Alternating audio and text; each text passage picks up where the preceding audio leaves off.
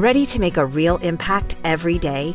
Join the Active Day Home Care team and help clients maintain their independence in the comfort of their own homes. Make a difference in someone's life as you provide essential daily assistance and protect their health and happiness. Earn up to $20 an hour and enjoy additional perks like optional daily pay, 401k, paid time off, ongoing educational training, and more. Join a team that values care, compassion, and your professional growth. Visit ActiveDay.com to apply. The days are getting shorter, and you can feel it in the air. Yes, it's that time of year. Pumpkin is finally back at Dunkin'. It's the cozy you've been craving all summer long, now in your cup at Dunkin'. Pick up all of your pumpkin favorites, like the signature pumpkin spice iced latte, or a pumpkin iced coffee, and bakery items like pumpkin donuts and muffins. Sip into something comfortable to celebrate the start of cozy season. Use the Dunkin' app for contactless ordering. America runs on Dunkin'. Okay, so you're between meals and you're craving something sweet, right? What I do is snack on Blue Diamond honey roasted almonds. They're so good. And almonds are a superfood. So don't deny your cravings. Eat them. Blue Diamond almonds. Crave victoriously. I'm not the one who's so far away when I feel the snake bite enter my veins. Never did I wanna be here again, and I don't remember why I came.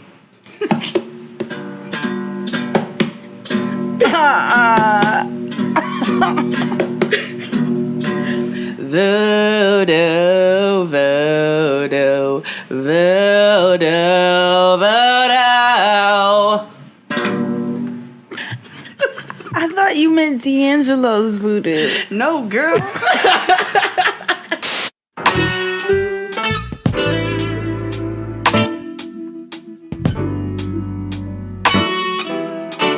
Welcome to another episode of Jade and XD. I am XD, aka the Chuck D of homosexuality, aka homo without a pause, aka gay Z, aka the gay FEY, cause nigga we all got pain, aka Homo la Flor, aka Hoisha. Didn't you have a new one? Oh, I also forgot Fagnificent. I know, but what are we texting about? I forgot. Well, I'm Jade, the Mary Jane Mommy, a.k.a. Griselda Negra, Hey. a.k.a. Señorita Problemático Favorito, a.k.a. your mom. And we have special guest. Yes, so special. In the stew this week, we have the one and only HeyFranHey. Hi. Hey, beautiful Very ones. special. Sorry, Asante. Right. So there's a special reason why Fran is here. Oh, boy. And I'm super excited, but thank you for coming. Thank you guys for having me. This is round 2. The first time we worked was dope. When did you came on last year, right? Yeah, when it it was might just have the been. two of us. Yeah, it was. Yeah, when it was just the two of us. Yeah. Yes. And Yeah. then Yes. and then I saw Fran yesterday. Yes. Yes, because Jade of all Jades is on this week's episode of the Friend Zone Hey. And we've gotten a huge response. People are so thankful for your advice on being a mother, a wife, a businesswoman. podcast. Yeah. It was a good time. It was a really I good enjoyed it. I Yeah, was like, good this doesn't apply to me by any means. Didn't you say you got pregnant one time and threw yourself down the stairs? Why are you so loud, girl? You said it on here, nigga. God, niggas love bringing up old shit. God. Oh my God. Anyway, last week we didn't have a show because we were busy. But we're not gonna lie to you. That's what it was. Jade, you catered a huge event. I catered mad events. Yeah. I did a boat thing. I did the boiler room, which was in London. Let's start over. How was your last 2 weeks? Busy. Okay. I did a boat party. Uh-huh. I did the boiler room, which is in London, and in New York. You just went to London, Right. Yeah. and I did a coworker's party. She had a fete. Ooh. A big one, a big fete. Did you turn up? Oh, I didn't go. You just cooked. Tristan dropped off for me. Oh, okay. But I cooked, and that was a lot of cooking. That was a lot of What did shopping. you That was a make? lot of planning. For her, I made mini curry chicken rotis with God, a homemade guava coconut pepper sauce. What? And A homemade guava coconut peppermint sauce? Pepper. Oh, pepper. I thought Pepper you said sauce. peppermint. That's why I was a little thrown off. But pepper sauce, I'm with you. I'm here. sounds And then I So did good. coconut crab dip, mini coconut crab dips with a plantain chip in each one. Can you make me that? Yo, Jade is I know. Is like- doing it. Wow. real deal. For the boat party, we did creamy polenta with shrimp, like sauteed shrimp and blistered tomatoes, and we did Gentrified grits. Yeah, gentrified grits and shrimp and grits. Yeah. And white people don't like their grits; they like their polenta. Yeah. And then what else did we do for them? I did a cake. Ooh, did you see my cake with the dates? Nigga, I was on my decorating skills. And then I did some amuse-bouche. And I did see that. Like a veggie tower with like roasted eggplant and zucchini and tomato and balsamic. Beautiful. It was beautiful. Yum. So we did that. And then for the barbecue, for the boiler room, me and Santana, we did barbecue chicken. We did it on a smoker. And we did a homemade guava barbecue sauce, a glaze. And then we did curry empanadas, veggie curry empanadas. Yes. And Oh my God. we did, arroz con pollo. I'm not arroz con pollo. I'm all arroz y gandules. And habichuelas. Oh my God. Yes. I'm hungry now. You don't have Yes. leftovers in your fridge? You know what? I might. Oh. I might. We'll see. I don't know, but we'll see. Fran, how was your week? Mine was good. I was at the New Orleans stop of my wellness retreat. Yes. Yes, which was, I love New Orleans, so getting to be there was just a plus. special And then place. the women were awesome. We're about 7 stops in, so we finally found our rhythm and our pace, and so I think it was a really, really dope experience. How many more do you have to go? We have 6 more stops. Awesome. Yeah. Fran is doing it wild. Listen. And we already have next year's tour set, so Dope. Is it going to be how many cities? 8. Oh, that's so dope. Oh, Yeah. then you won't be doing as much. No, this year was A lot. Grueling.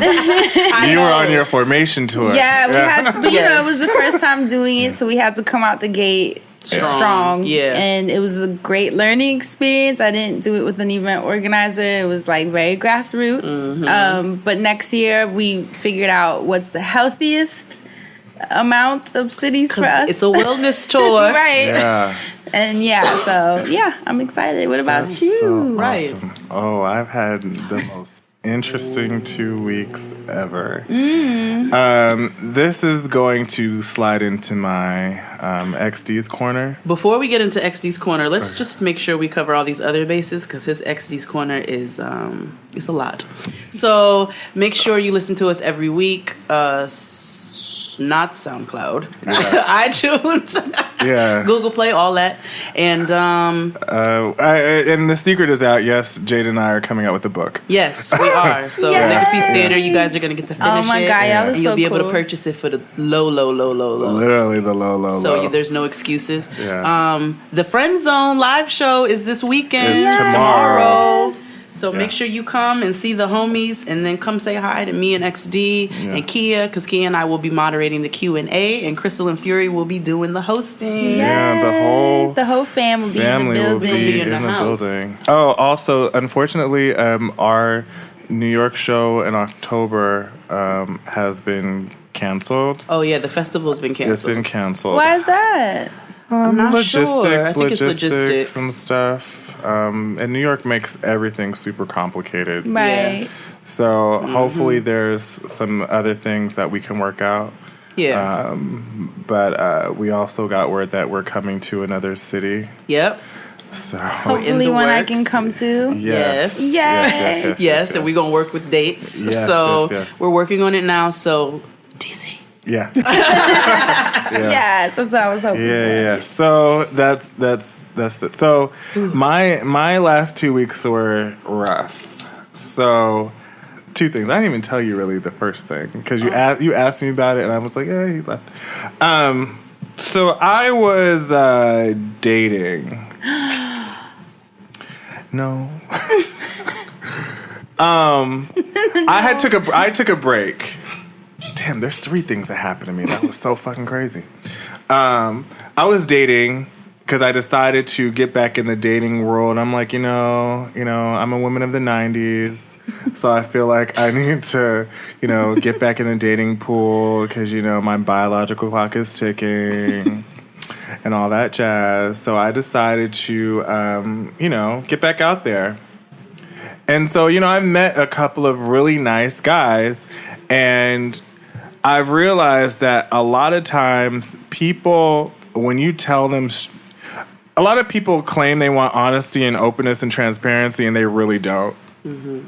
I was very honest and open with this one person. I said, I'm dating other people. Oh, yeah, you were. And from the jump. Mm-hmm. And they were like, I don't know if I like that, but they stuck around. Mm-hmm. Uh-oh. But you gave them an option. I gave them an option. Mm-hmm. Very... almost like Tasha and Lawrence, but see, Lawrence was a little more deceptive. That's because Lawrence didn't know what it wants out of life. But anyway. So, going out with this particular person, great.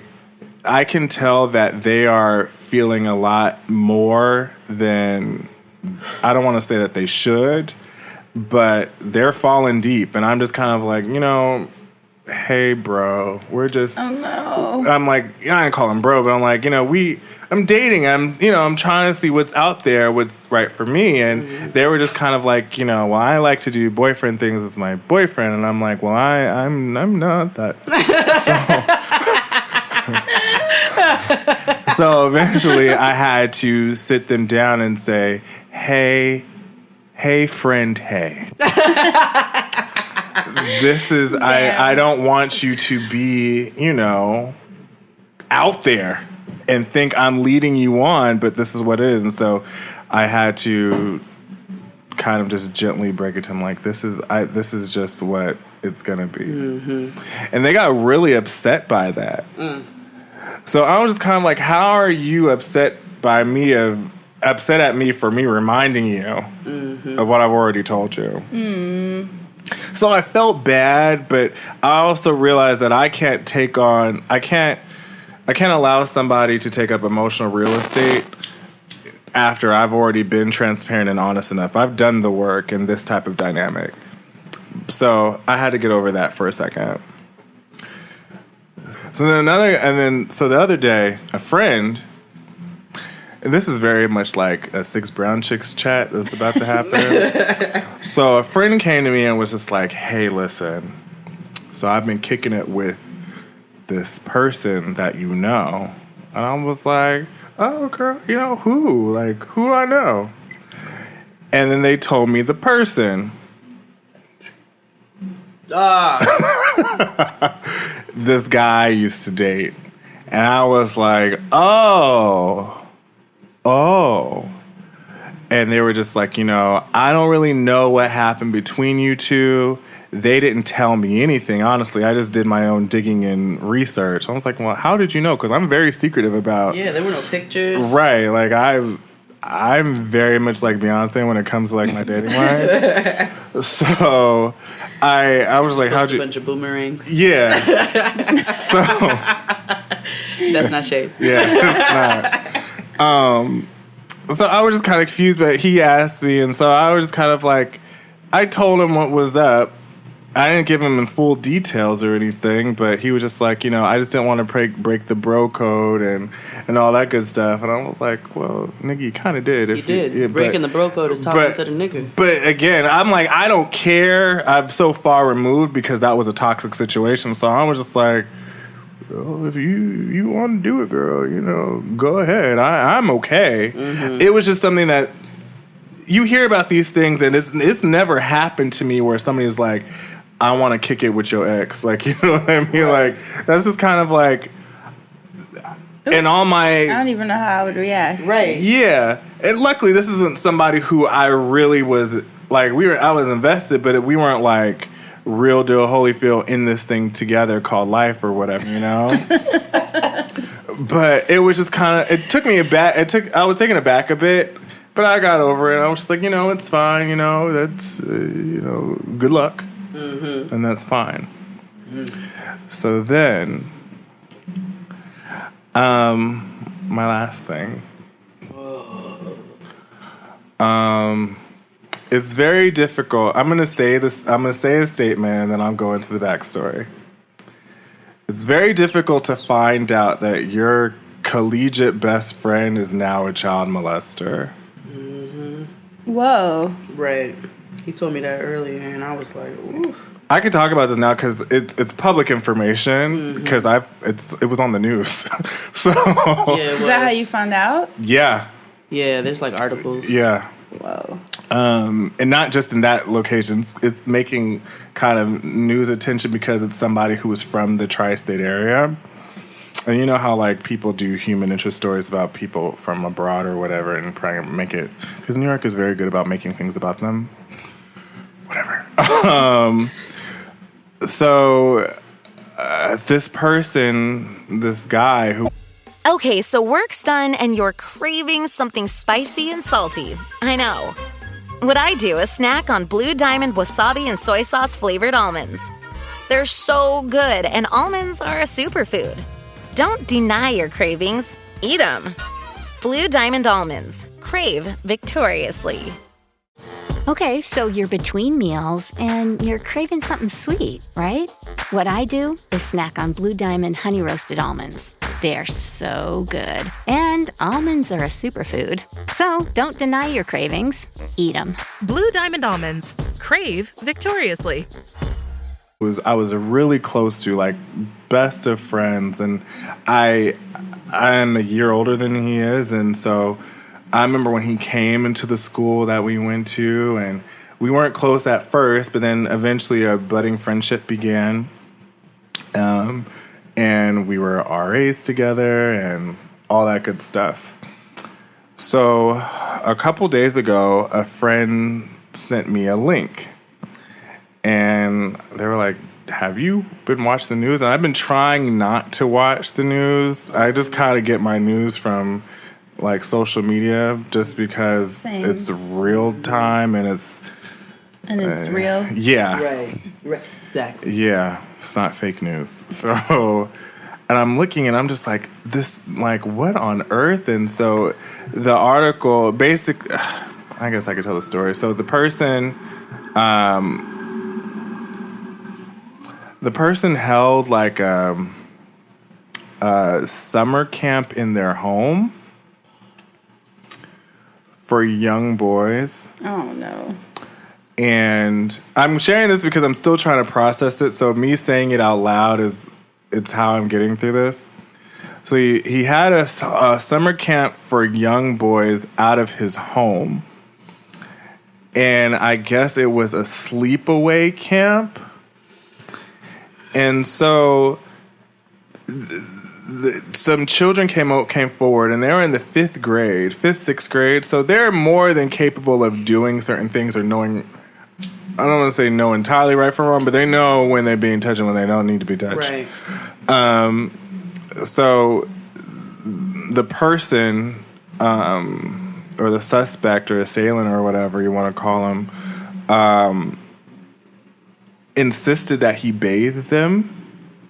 Yeah. And like punched them in the chest when they were like, no, I can do it myself. Like, I'm in the 5th grade. You know? Yeah. And then he abused them because they wouldn't go to sleep. So he hit them with the belt. Mm-hmm. Now, a part of me is trying to figure out that why on earth would you let your child go to some random person's house for a summer camp, right? Mm-hmm. But also I'm trying to reconcile this to the fact that this is my friend and I did not know that this person was capable of doing such. Mm-hmm. And I just don't know how to get over that hump. Yeah. Like you hear about friends who do really crazy things and they get locked up and yada yada, right? And you try to like damn, it's fucked up. Maybe it's the victim of their, of their circumstance or the product of their environment, with a lot of our black men in jail and all that good stuff, right? But this kind of situation is really, really fucking with me, and I don't know how to deal. Because it's kind of like as soon as we think of like child predators and stuff, we automatically put them in this case of like evil, disgusting, gross. Yeah. But then it's just like, this is my friend. Wow. That's crazy. Like. That's crazy. I don't know Anyway. Even I'm sitting here like, how do you process that? Yeah. Right. I don't know. So, and I guess what I've made sense of, I guess the whole point of XD's Corner today is this idea of like, sometimes it's okay to not know how to do stuff. And this is one of the things I don't know how to do. And you kind of just have to let time deal with it. I know a lot of times we're trying to work on focusing and fixing things. Because I think that's what we're kind of in this, especially in this modality of where we're in now, and this idea of like a whole bunch of bullshit is coming at us. Like, let's hurry up and fix this so we can live our best lives. But I don't know if we can fix certain things. And this is one thing that I don't know how. And I'm just going to have to let time deal with it. Ooh. But yeah. That's a lot. Wow. Yeah. He told me that earlier. I was not expecting that. Yeah. Have you and your friend group been just like processing it together? None of us know what to say. Right. And the thing is, like, I know it's family, so it's kind of like, do I call? Because that's like, because there's one thing of like, as a friend as an outlier, mind you, he and I hadn't spoken for a while because he was struggling with a lot. Clearly. Yeah. Like he was struggling with personal issues. Nothing that to this magnitude that I would have thought would have like translated into this. And then he got super saved again and then was like, I hate gays. But it was a lot. But then he was coming off of it. It was just a lot of stuff going on. But again, it's like, how do I call his mother and be like, hey girl, so I heard what I don't. Yeah, I mean, you could. I don't know. How close were you with his family? I mean, it's been some years past, so it's not very. You don't have to. No. I mean, I have their numbers. That's the thing. But that is from time ago, but this is literally something I watch from like grow up for. How long have I been living? Like the last 12 years, Like it's just kind of, I've known him for 12 years, and that's just really, really, really odd. Yeah. But yeah. Let's take a break, and we'll be back. Now it's time for Artist of the Week.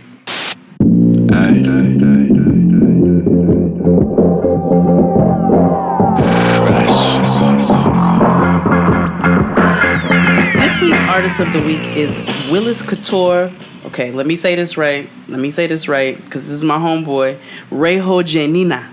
His family's from Madagascar. Ooh. I know. I ain't really know nobody from Madagascar. Me either. He is an emerging self-taught artist from Montreal, Canada. His brand, WCMTL signature, stands for Willis Couture Montreal. He's actually done artwork for Drake. Ooh. He does clothing as well as paintings. Oh, so he's an artist. He's an artist. Oh, okay. Yeah. I'm thinking music. His goal is simple. Me too. The goal of my art is to motivate people and inspire others to have a positive outlook on life, Willis shares. Everything I make is to encourage others in some way or another. Willis Couture, Lord Jesus. Reho Janina. Look at his face. Specializes in abstract paintings with a twist. Some of his paintings feature a positive message meant to motivate its viewers to push through tough times. Visually, these positive pieces of art are vivid and striking, taking us away from a negative state of mind to an inspiring and motivating one. WCMTL artwork can be seen in different collectors' homes, restaurants, coffee shops, and more across different North American cities such as Montreal, Toronto, Ottawa, New York, Los Angeles, and more. Please visit his website at www.wcmtl.com to view some of his inspiring work. For general inquiries, you can also hit him up at info.wcmtl@gmail.com. So we'll also put the information in the description box, but make sure you support Black art. Yeah. Dope. And if we definitely could looking get that up. a painting or something. I know, right? Where are we going to put it? On our microphones? Can we decorate our microphone? No, because we Lisa Frank stickers. Well, I don't know. We got insurance on these, so I don't know. Unicorns, Like a trapper teddy keeper. bears with like acid eyes. You know, all this stuff Lisa looks Frank. like it was done by somebody on heroin. It was. totally was. You see, absolutely. We were just carrying it around all through 5th grade, 6th grade. Do you remember Lisa Frank? Lisa Ayahuasca Frank. Yeah. Is that Really? No, I'm kidding. I was going to say, But y'all believe it? Yeah. Like, girl, she was Jeopardy. niggas lie? But yeah, support Black art. Also, you can support us by, getting the Me Undies special. As Yes. you hear across. I got my draws. Cute. Yes. Did you try them on? I did. I They like fit? mine. They fit our booties? They fit our booties. Okay. Yeah. I got the Look little boy into that. short ones, and they fit the booty. I mean, you got a little cheek out, cheek out at the Right. bottom, but they do all right. I'm No, not mad at they're it. very comfortable drawers. Yeah. They are And they very come in the comfortable. cutest little packaging. Yeah. It A was bag cute. with like a smiley face. Oh. It's cute. It was cute. And also, Blue Apron is back. Yes. Shop blueapron.com/JXD for your first 3 meals Hey. for the Friznae. That's right. Total side note. I encourage everybody. I know I'm going to assume a lot of you have HBO now, at least for the 3-month or free month Or at trial. least your friend's website. Right, so you could watch Insecure. But HBO has more than Insecure and Game of Thrones, although you should really watch both. They're really great shows. But there's a special on Charlottesville through Vice on HBO. It's super good. Already? Yeah, like it came out like Monday. That's quick. Yeah, Yeah, I they saw were the they were promo. recording it like Sunday, and it came out Monday or Tuesday. Wow. It was or yesterday. It's really, really, really good. It's very graphic because you see the car. And you see the lady get killed. I don't think they ever realized that they kept that part in. Oh my goodness. Yeah, that is journalism for your nerves. Oh, for And my nerves. yeah, my literally. nerves. And so, and you see all these angry white faces, about nothing, and they're just angry about nothing. How do you have anger in your heart and say, oh, because people are trying to take away my free speech? No one is taking away anything from me. Let's break this down real quick. We were minding our business. Y'all were minding everybody else's business. So then you came to America, you killed all the Indians and gave them smallpox. And then you said, this is not enough. We need people to build this country up. We need this land needs to be built up. So then you traveled your asses across the sea to Africa. You picked up a whole bunch of black people, brought them over here. We didn't ask to be here. No, did not. You enslaved us. You beat us. You raped us. You Killed us. You killed us all over the place. You sold us. You just kept us in captivity.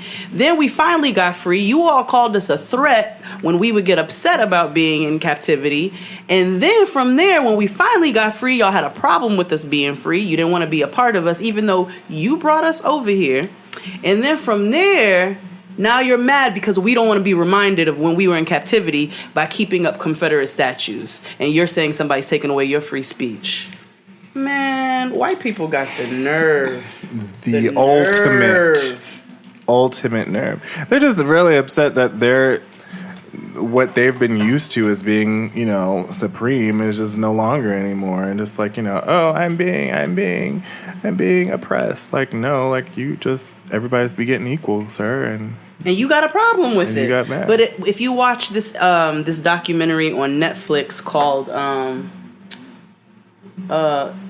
Accidental Courtesy. He interviews like people of Black Lives Matter, and he interviews KKK members. His whole thing is really KKK members, and basically what he's trying to do is convert them to normalcy. So, see, I don't believe in that shit, but, he has whatever. That sounds exhausting. Yeah. I don't have it in my black heart, but he speaks to them, and he's somebody who was like raised all over the place, so he kind of has a worldly view. And he speaks to them and he tries to understand where they're coming from. I don't know how you can do that. But then he explains it to them in a way where they befriend him.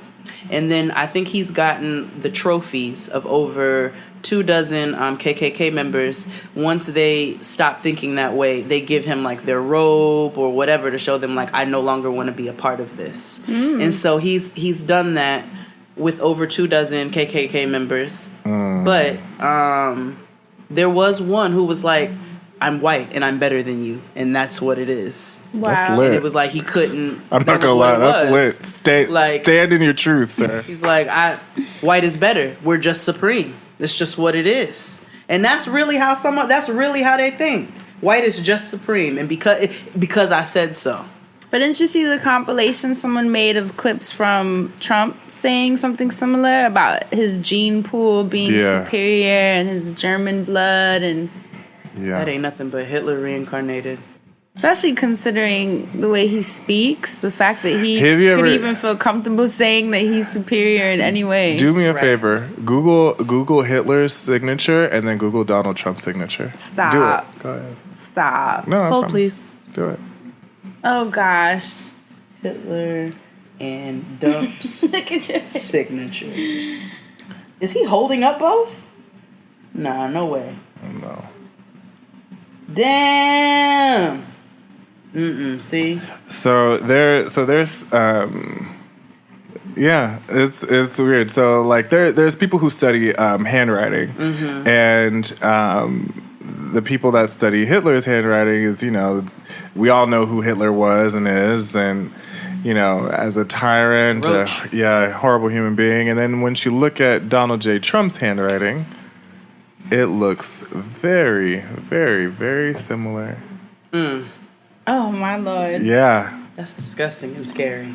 Yeah. So if you guys ever, I don't watch no videos of him. I don't watch no compilation. I can't watch nothing that. I tend not to, but I don't know what it was that you had to. Yeah, it was just one of those moments where I was like, "What is this fool talking about?" But I guess you got to stay woke. Yeah, and there's a price in staying woke too. But Vice had another program. Is it David? Yeah, there's this. Yeah, it's love thy neighbor, right? Or hate thy neighbor, and he does very similar to what that documentary does. Is like they have this racially ambiguous black man going to talk to different radical groups to like try to understand them.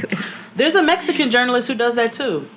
I think all of Vice's all of Vice's programming is them going to Eddie Wang. Yeah. Oh, it's Eddie Wang. Yeah, Eddie Wang. Yeah, Eddie Wang from Fresh Off the Boat, because he has Wang's World.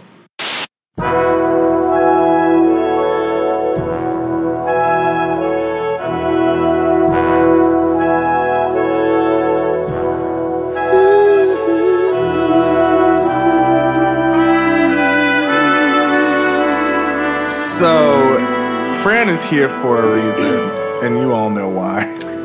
I love that they know why. Welcome to gganetics Part 2. That's right. Oh my God. LaRon is back. LaRon is Byke. What if LaRon Hubbard sounded like Plies? Yo, not LaRon What if he was Hubbard teaching gganetics with a Plies accent? at the Harlem Center, though. Yeah. Yeah. I'm surprised there's not one in Brooklyn. There isn't? No, only Uptown. Yeah, I'm really surprised. They are, but they're kind of off in the cut Uptown. They're on 125th, right? Or 124th? 125th? 125th, But they're a little further. Aren't they closer to FDR? Yeah. Yeah, they moved. They moved. It was on Fifth Avenue. Yeah, it was on Fifth Avenue before for a minute. But then they bought a bigger location that takes up like half the block now. Because we all know that's what they do. Yeah. So, Leah Remini's Scientology: The Aftermath premiered this week. Yes. Season 2. And y'all know we were like waiting for it. Y'all are so funny. Where did this obsession we formed start? a movement. It's his fault. Who started this? Actually, I don't know, because on our very, very first episode of Two Guys and a Girl, we mentioned Scientology and how we were against it. And that was almost 4 years ago. We mentioned that Mimi was a Scientologist. But Yeah. Mimi I didn't know a lot. Faust. Olu Mimi. Love and hip hop. Faust. Oh, wow. Atlanta Didn't Mimi. see that. Mm-hmm. She's coming up. She's coming up in new episodes of Leah Remini's Aftermath. Wow. Yes. Wow. So, I don't know. I think Scientology has always been one of those things that are just like, this is odd. And then when Going Clear happened... You talked about it for years. Yeah. Yeah. And I'd never watched it. Yeah. And then I think guess that's when it hit everybody. Just Yes, how because that's when serious I this was. He kept realized telling me, he's like, watch Going Clear. And I'm like, all right. it's the most frightening movie. movie I have ever seen. Because white people are aliens. Oh my God. They are like, you've seen what's happening in Charlottesville. Like, white people are aliens. Like they make no type of See sense. those faces? Do you watch Leah's show? No. Okay. I don't think you need Is to. it triggering? I wouldn't say it's triggering, but it's one of those things where if you've gone through it, what exactly why are am you I- watching? yeah, that's true. So if you didn't know, Fran Franifer. was Franifer. Yeah. Oh my God, that's terrible. Was once a member of COS. Oh, and XD and I have formed a movement. Yeah. You want to tell them what it's called? Yeah. It's called Nas. Nas. Yeah. Niggas against Scientology. So All you gotta do is just be a nigga and be against Scientology. And you're in? You down. Yeah, that's Yeah. amazing. Yeah, no. We don't do that. No million-year contract? No. Okay. No million, no it's a billion. negative $1 billion contract. Yeah. You just sign this negative $1 billion contract, you can be Yeah, down. billion, yeah. Mm-mm. Okay. So, since you're here, Jade and I have 21 plus questions for you. I'm ready. They range from very deep existential questions also to very, very superficial surface. Nigga, why the fuck you asking me those kind of questions? So let's start.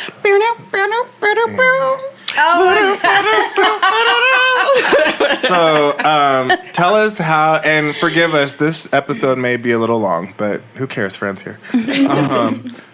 So, how did you get involved in the Church of Scientology?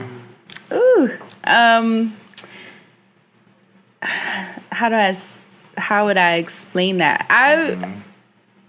I mean, if you listen to the Friend Zone, I've been pretty candid about the fact that my childhood was rough. It was very, very hard. I've never gone into details, obviously, out of respect for my family, but it was something that has taken a while for me to process and really like break out of so that I can live a regular adult life.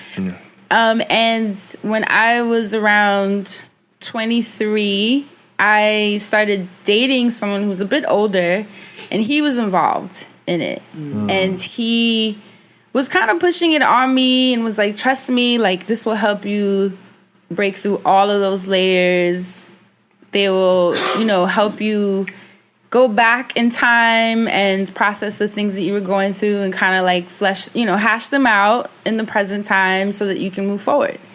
And he pushed the issue. I was never really like interested. I was kind of like, it's just not my thing. Wasn't really like calling out to me. But then, I don't know. There was just a day that I guess my brain was just a little more receptive to it when he brought it up again.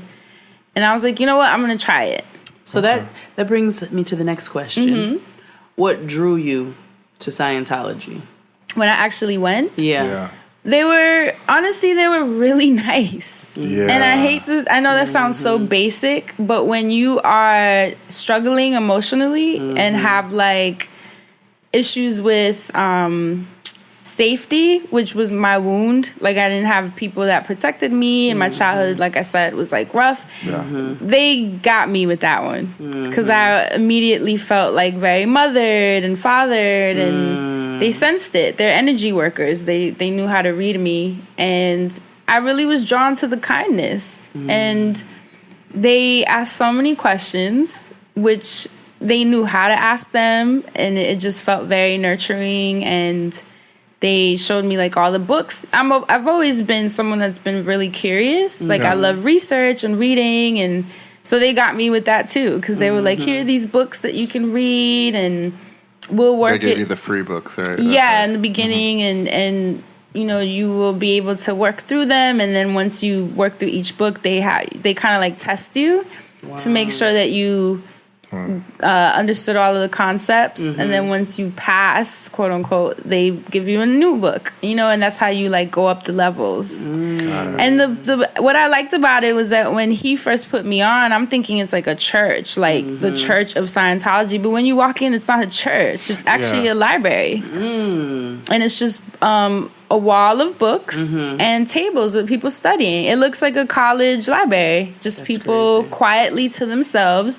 There wasn't a preacher. I was thinking like a preacher was going to be on a pulpit, like speaking the word of Scientology. But LaRon wasn't up there looking over. No, it's a very personal thing. Right. So there's no ritual aspect of it as like where this traditional idea of church, where you go to a space every at a specific day and you worship and you fellowship with other members. Right. It wasn't like that. And being that I was someone who was introverted, very private, especially with our communities, we tend to be private about what we're battling. Yeah.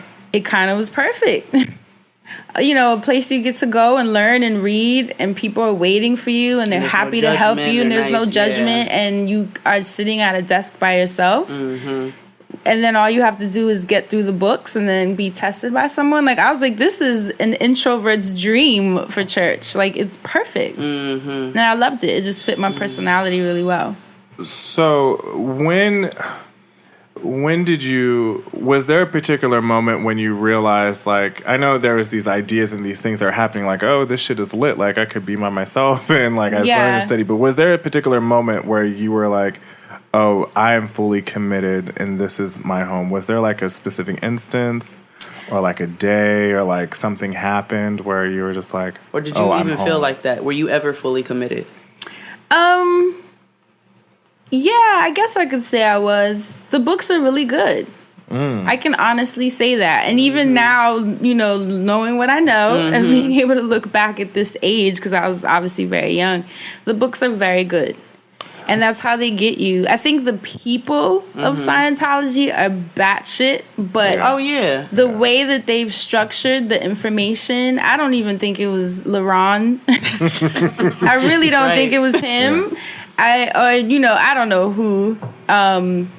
But the info is really interesting. Like, to the point that, like, my mom has the books now, and she'll refer to it sometimes because she's just like, this is good information about how to, like, not react when someone tries to push a button or dealing with triggers. It's stuff that we kind of, like, read now in self-help sections, you know? Right, I was going to ask, is there something you can share, like, that's a good principle from one of the books that you read? Well, yeah, I think that's probably the one that made the biggest impact for me as someone who was constantly triggered by everything, relationships, friends. I mean, you would even speak to me a certain way, and if I felt threatened or unloved, you know, like I would like find a way to say something petty or maybe even retreat and cut people off. I was always really good at cutting people off with no explanation. I was like always like a switch. But what that book taught me was to like speak, you know, and process. And if someone makes you feel a way, like say what it is. And if someone isn't accepting of you speaking about how you're feeling, then it's not someone you should be around. You know, like it's very basic information. I mean, when I was watching nigga Going Clear, Going Black, on HBO. You know, I saw, like, obviously, I know it's cat shit ass crazy, but there were things like, I'm like, okay, I can see how this can appeal to, like, a hippie-ish personality where he would say things like, all right, if you are hurt tell yourself you're feeling better, because we talk about positive affirmations and how if we speak positively, our life will go in a positive direction. If we put it in the universe, it'll happen. So I guess I can see how that can draw somebody when you don't have the backstory on how crazy they are. Right. And when you, outside of the backstory of how crazy they are, when you just don't have any support systems. Right. Exactly. That's how they can kind of like weasel into your life. Very, very slippery. Ooh, they are Kelly. Right. Very slippery. So that's where it gets odd. So like there was no, I know you said there's no like kind of like fellowship kind of aspect, right? Mm-hmm. But there's nobody who like did you make friends within the church? Like, cause you know in black churches it's like, you know, there's somebody who makes the greens. Do Scientologists eat greens? I don't know. Have you ever eaten Scientology food? I didn't hang with them outside. I imagine they eat like NASA food, or like brown rice and bean curd. They eat like they did on the path. Oh my god! Like Fran. At me, Jay. You know I always do. Yeah.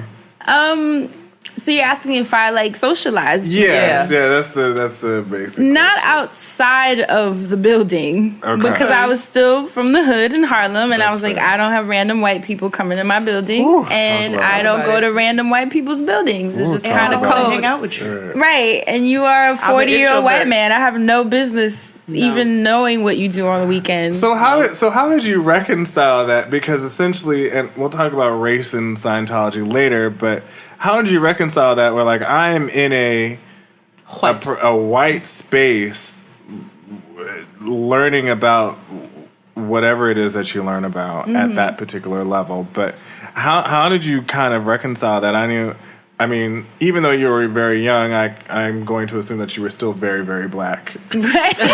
So, Fran is so black. Yeah. So how did you kind of like deal with that? Because I can imagine that's an odd space to be in. Right. Well, it wasn't new to me in the sense that I had been to a white college, a private white, predominantly white institution in Ohio. Oh. So, and then my high school, I went to Riverdale. Anyone from New York knows it's the number one high school in the country. Yeah. I think at the time you pay like... The days are getting shorter, and you can feel it in the air. Yes, it's that time of year. Pumpkin is finally back at Dunkin'. It's the cozy you've been craving all summer long, now in your cup at Dunkin'. Pick up all of your pumpkin favorites, like the signature pumpkin spice iced latte, or a pumpkin iced coffee, and bakery items like pumpkin donuts and muffins. Sip into something comfortable to celebrate the start of cozy season. Use the Dunkin' app for contactless ordering. America runs on Dunkin'. Okay, so work's done and you're craving something spicy and salty. I know. What I do is snack on Blue Diamond wasabi and soy sauce flavored almonds. They're so good, and almonds are a superfood. Don't deny your cravings. Eat them. Blue Diamond almonds. Crave victoriously. $50,000 a year. Like, it was a really wealthy sort of upper echelon. Pause on that. Have you ever gone to Riverdale? Like the Bronx? Yes. It's gorgeous. Yeah, Tracy Morgan live up there. It doesn't look like you are in New York. Well, that's why it's called Riverdale, New York. They don't even claim the Bronx. No, they don't claim the Bronx. Yeah, it's a different it's the Bronx. It's like Kingsbridge. Riverdale. That's beautiful. I used to live in Kingsbridge, so I lived close. Not far, yeah. Yeah, but I lived in the hood, so right next to the PJ. So after that, I drove through recently, and I was telling Tristan, I was like, nigga, those houses look crazy. I have never been back there. It's like a different world. It is a completely like different world. Now. Yeah. No, Westchester looks like the PJs considered. Really? Next to Riverdale. Imagine I was living in the projects going to that school.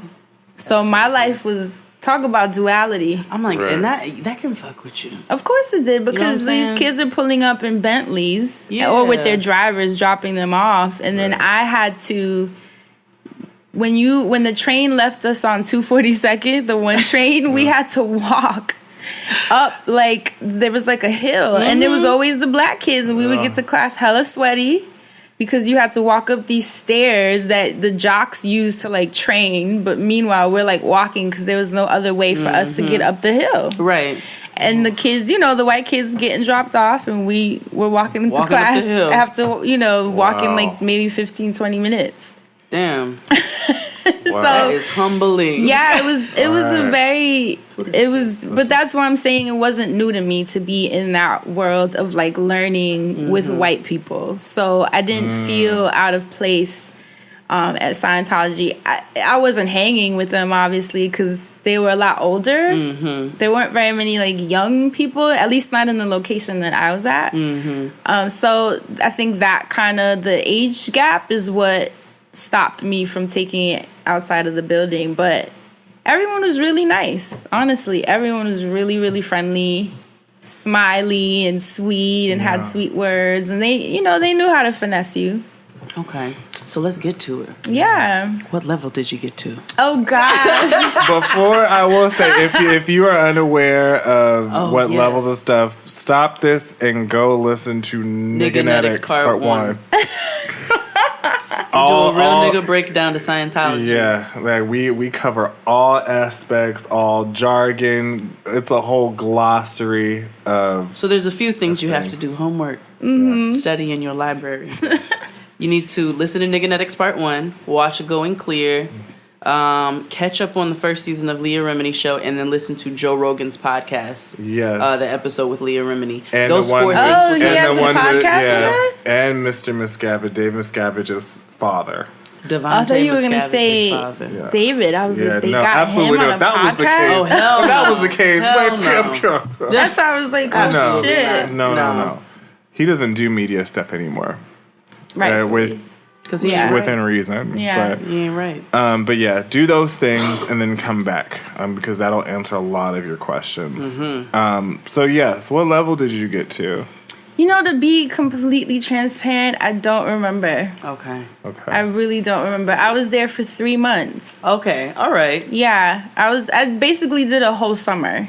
I went the beginning of June, and like by that, I'd say like early September, that's when I started feeling weird about it. Okay. But I don't remember keeping track. It was such a long time ago. I was just kind of like blasting through each of the books. I don't remember them sitting with me like, here are your levels. Maybe they approached it differently with me at the time. Because I really can't sit here and tell you what it was. Let me ask you this. Did you experience auditing, correct? Yes. Okay. Did you ever become an auditor? No. Okay.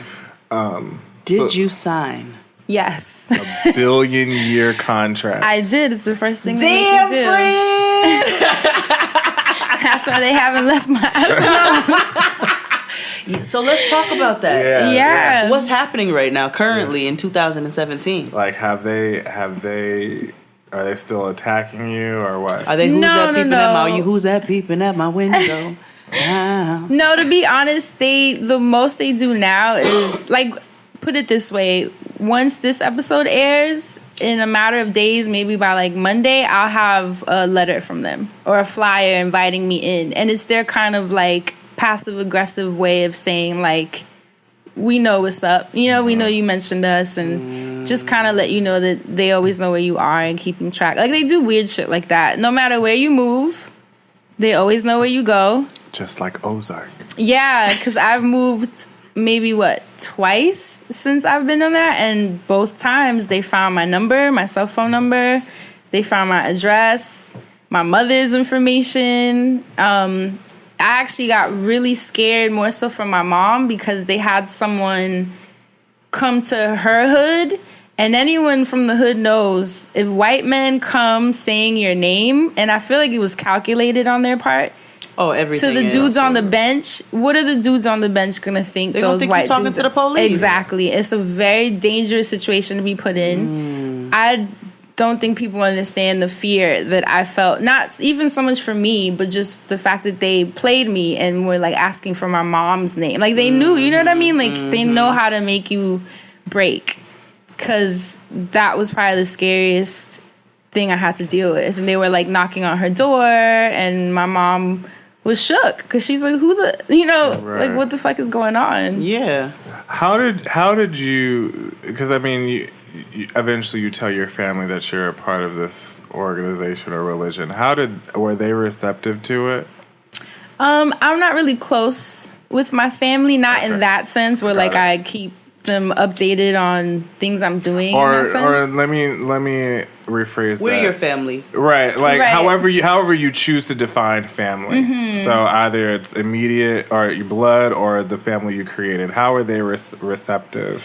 To be honest, not very many people knew. Okay. I'm a private person as is. Like, that's why no one even sees who I'm dating or what I'm doing in, like, my personal life. Mm-hmm. Things I keep to myself. So I think my mom, obviously, was the only one that knew. To be honest, the sad part is I got my mom involved. That was my next question. Yeah, I ended up getting her involved. I didn't put, like, a gun to her head, but she saw that I was enjoying it. And my mom, like...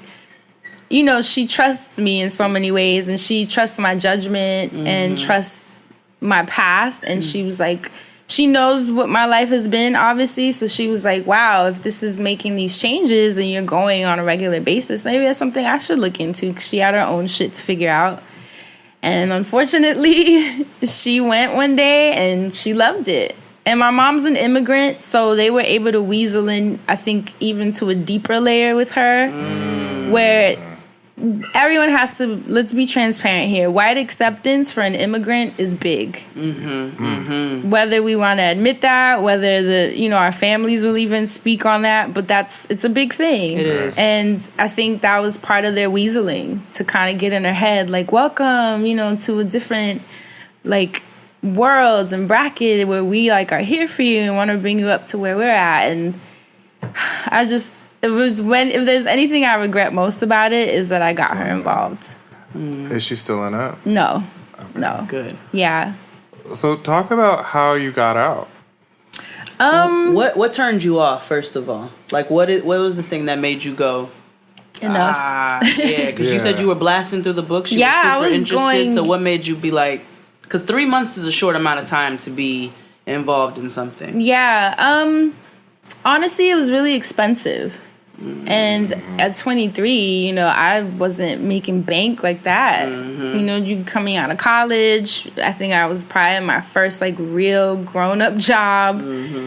And it started becoming a bit of a burden, especially because of how fast I was going through the books, because I am someone that reads and processes information. I mean, it's something I've always enjoyed. So those books, if I remember correctly, were, like, $80, $70. So if it's like college. Yeah, that's when you have to go get all those textbooks for every class. Imagine if you're going through these books on a weekly or bi-monthly basis. It adds up. That's a quarter of what your student loans are. Yeah, and so I remember I got to a point where I was like, I can't afford this anymore. It just wasn't sustainable. And I went to speak to the director of the location that I was at.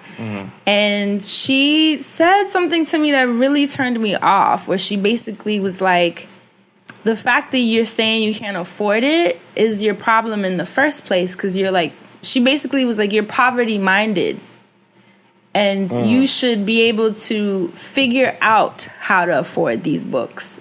It's your fault you can't afford these books. And she was like, the fact that you would even come in here and say that, knowing that you need this information because it's going to change your life, you should feel bad. Master manipulation. And I remember sitting there, and that's one thing about me. You might get me a little bit, but once I sniff anything different, I was just like, oh, wait a minute. That just didn't feel good.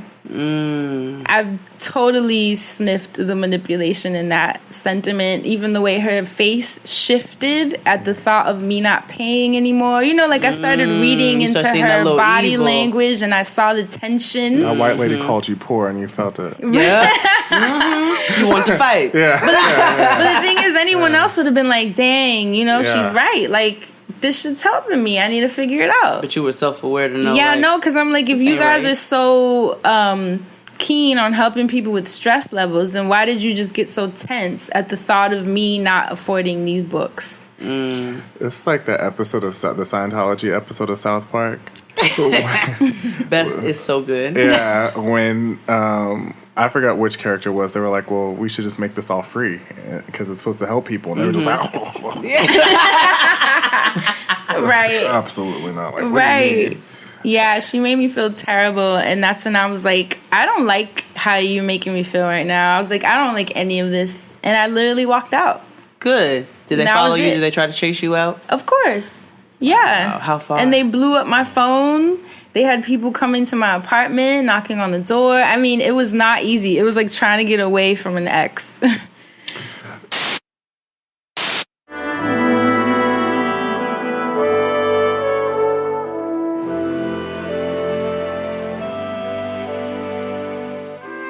So it's crazy. Oftentimes, if you watch Leah Remini's show, they talk about how they teach you how to interact with people who aren't necessarily believers. Like, and be kind of nasty and mean to them. Did they teach you anything like that? Like, did you get to that point? Like, to get to, like, I have to disconnect, or like, I didn't get that far. Okay. Because I don't think they're going to hit you with that 3 months in. I think they're kind of like babying you into it, and it's the honeymoon period. They know how to do it. Yeah. I mean, I'm sure there's phases. They know when to present certain aspects of it, and I think maybe that was too early. Okay. There were parts in the books, of course, subtle introductions to those concepts where it was more like, if someone's making you feel bad or feel like this information isn't valid, like maybe you should rethink them being in your life. So it was a lot softer. Okay. But it wasn't like someone ever sat me down. Like right. It was the Vaseline. But they really were not at that point with me yet where they sat me down like, okay, you gotta cut your mom off, you gotta cut your friends off. Like, it didn't get to that point. So let's talk about auditing. Thank you, because I was really about to go there. Let's talk about auditing. How many times did you audit? Did you audit several times, or was it just like a one-time thing? I did it once and was like, fuck that. Really? Tell us about and that's the thing. I think my will is too strong. And the funny thing is, all of this happened around the same time. It's a weak-minded cult. Right. It's a weak-minded organization. You know what I'm saying? Like, it's for what? All cults are like that. Right, all cults. Yeah, it is for weak-minded people, but it's definitely, like you said, it plays on people's emotions. The way that lady she was trying to manipulate you into thinking that you were the wrong person, like, it's master manipulation. So the auditing. Yeah. How long did it last? I don't remember how long, but I think it was like an hour, like a regular therapy session. What was your first thought when they said, put your hand on these two swell bottles? These 2 Bush's baked bean cans. You know what's funny? I'm going to be honest. I was like, this is so stupid. I thought, this is, what the fuck am I doing? Yeah. And it looked like a science project that like your kid makes to put up with the cardboard where you have to help them write it. You know what I mean? Like, it looked so janky. But because I knew that I know I'm a stubborn person, and I know that I tend to get in my own way sometimes, and that's being Taurus. It's a Taurus thing, and at that point it was even worse. I was 23, but I was at a point where I wanted to change things. I wanted to be more receptive to help and figure out like how to, change how I was feeling. I wasn't feeling good. And so I remember talking myself in that moment out of thinking it was stupid and being like, just see how it feels at least. Like, base it off of that. Fran started to Fran. I started to Fran. Absolutely. And I didn't want to judge it. I wanted to just see, like, well, who knows? Maybe these fucking cans of beans will help me figure some shit out. Hold on to this can of Ajax and this can of Comet. And tell us your secrets. Right. So what kind of questions did they ask you? It's a really weird process because it's a lot of repetition. It's like being interrogated. Like, it's almost like they want to see if you're lying or if you're remembering things. Like you know how memories can kind of shift sometimes? Like, you remember things weird. Or you retell a story. Like on the first season of Serial where where Sarah Koenig asks you about something and then you ask it again to see if the story changes or shifted in any way. But, well, the other day you said this, right? Because your emotion can play into it. Yeah. Or how you feel that day, or maybe you have a better memory than others that day or in the next hour or whatever. Yeah. Or even the way you processed information as you're getting older. Things that you could have been viewed one way at one point can totally shift. And so it was just, I remember it being a lot of repetition. And that was like very taxing because this is like, what I already said that. And this is the hood part kicked in where I was like, what Don't the fuck? Don't ask me no more. Like, bitch, I just said. The hood part kicked in where I was like, yo, you asked me fucking 3 times. Like, how many? Yeah. And then I started getting irritated. But then it's that irritation that they kind of like thrive off of because they're like, well, what are you hiding? Yeah, and they're well, like, why is this getting you so mad? Up, right? Yeah, right. Then the little stress thing starts moving, and then you're like, oh my God, I'm fucking up. When it's really just the battery needs changing. It ain't nothing. It's just the vibrato in her voice. Always trust your hood instinct. Hell yeah. Hell yeah. Never steer you wrong. Who was the smartest character in Get Out? Rel. Trust your Rel. I should have trusted the Rel, man. You should have trusted your Rel. But it's okay. It was a learning experience. You did though, because you only went once. Yeah. You only went one time. And after that, and you know what's crazy? I remember my mom, she enjoyed it. And she was like, it feels like I'm like releasing. And then I was like, I jokingly said to her, what if they keep this in a folder and fucking like blackmail us? Because this is really personal information. And obviously that's the hood part in me again, being like, this is a lot of personal, Your Rel showed up right on time. Right. At the end of the and movie. my mom was like, well, why would they blackmail? Like, that's like a therapist blackmailing. I'm like, yeah, but a therapist is licensed. Like, they have codes that they can't, or their license will be taken away, whereas Church of Scientology, prosecutor. is some random white dude sitting there who literally has fighting the IRS. You have no law protecting you against the information that they're gathering. And I slowly was like, yeah, no, I'm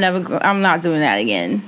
But my mom, she was a little harder to pull from that aspect of it. So let's go with that. Your mom. So what made her stop going? Because it sounds like she went deeper than you. Did she go longer than you? She did go longer than me. How long did she go? Honestly, I don't even know the exact time frame. I'm gonna say a year. Ooh. Yeah, she was in it because I was out.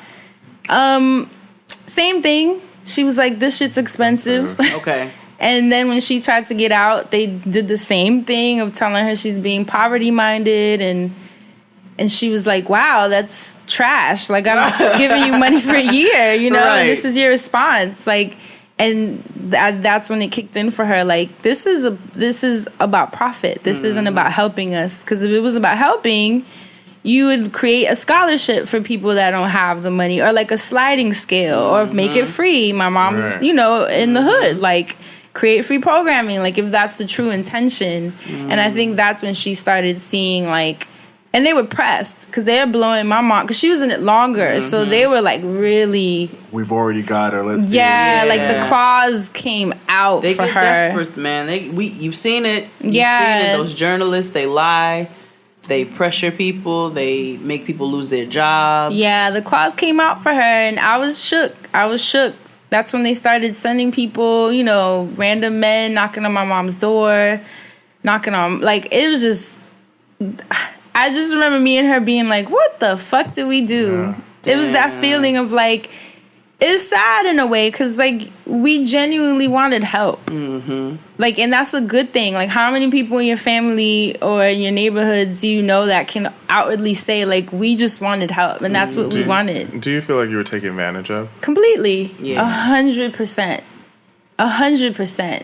That's why when I see the building in Harlem, every time I pass it, I like want to cry, because I know that it's very calculated that the only Scientology building happens to be on 125th Street. Right. Where, it's in a very marginalized neighborhood, and then you see this massive, expensive Scientology building with all these white folk in it, offering you stress tests and saying that they'll help you feel better. And I know what it is to get preyed on like that. Yeah, and that was to my point I was talking to you earlier about, Fran. That's how, and they talk about race and Scientology a little bit on Leah's show,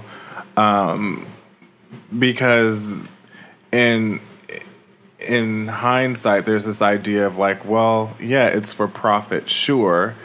And if you ever notice all their packaging and stuff, it's only white people on it. Yeah, it is. Because it's like this privileged utopian society that they're trying to develop.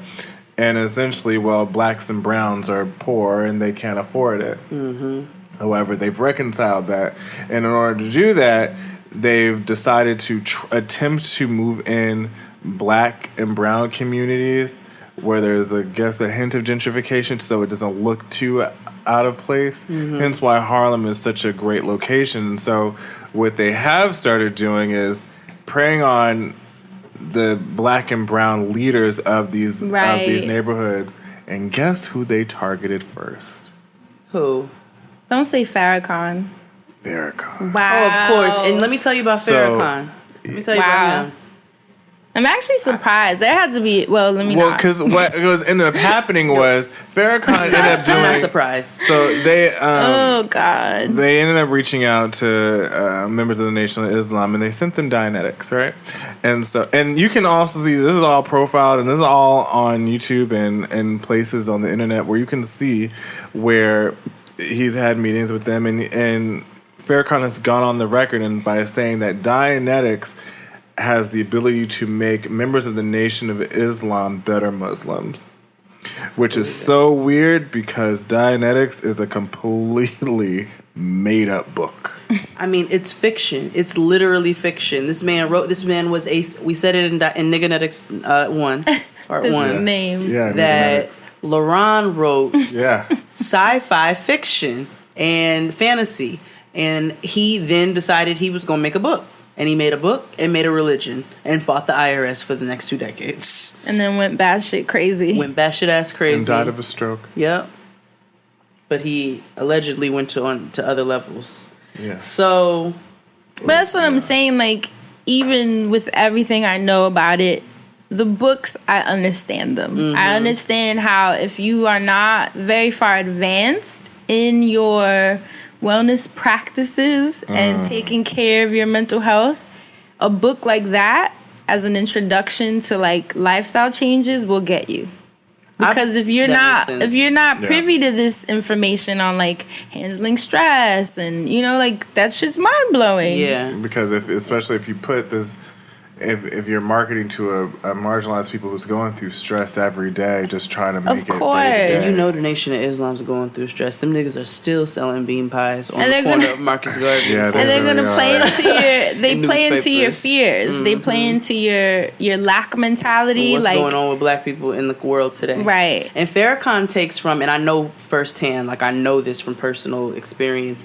Farrakhan takes information from all different types of people. He takes it and piecemeals it together to form this like larger message. And I know he does that. My grandfather used to have conversations with him, and he's an avid Christian. So I know firsthand that he does that. So it makes sense that if there's something that made sense to him, he uses that with his people. And I'm not even mad at that because I do that. For me, I don't buy into any practice in its entirety. I just extract what resonates. Right. Yeah, and that's how you kind of build your own ideals and values and moral codes instead of kind of just like following along with someone's decision of what you should live like. Exactly. So I'm cool with that, but I just don't think that he should be bringing anybody into that building.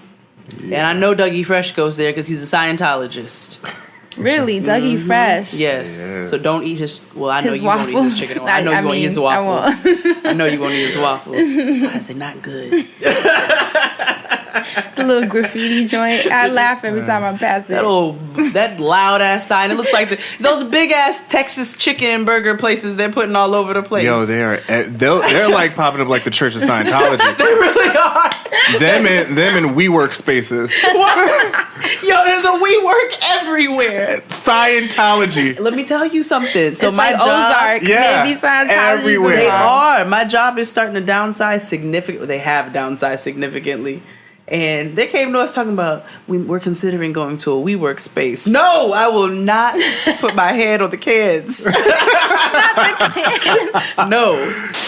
The men of reason nurtured light to save a battered earth. The men of anger scrambled high to kill all things of worth. Scientology is the worst. Let me see. Oh my god. So they didn't really. I know you're only for 3 months, but they didn't have like songs or like. Did you go to any of the events? I didn't. Did you see Brandy? Clearly not. You know what? Yeah. I'm actually gonna plead the fifth on that one. Oh! You can't get sued. Just keep saying allegedly. No.